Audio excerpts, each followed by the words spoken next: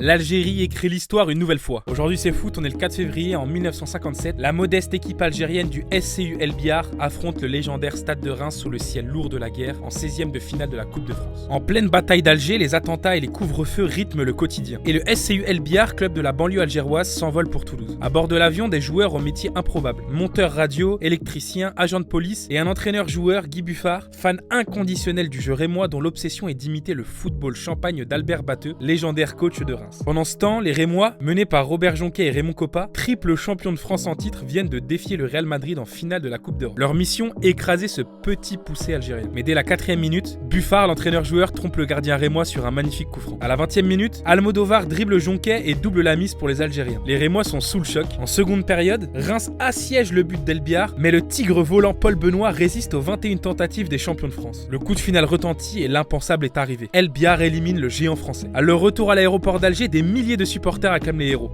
Mais la liesse est éphémère. Une semaine plus tard, 2 bombes explosent dans le stade d'El Biar et Bellecour et le bilan est terrible, 10 morts et 45 blessés. Le football, échappatoire fragile, est tristement rattrapé par la guerre. Mais ce match reste l'exploit du siècle en Coupe de France. Un véritable symbole de résistance pour les Algériens, il incarne aussi l'absurdité coloniale alors que le pays s'enfonce dans la violence. Et aujourd'hui, la victoire d'El Biar résonne encore comme un chant de liberté. Preuve qu'en football comme dans l'histoire, les géants peuvent tomber et que les rêves, même écrasés par la guerre, ne meurent jamais.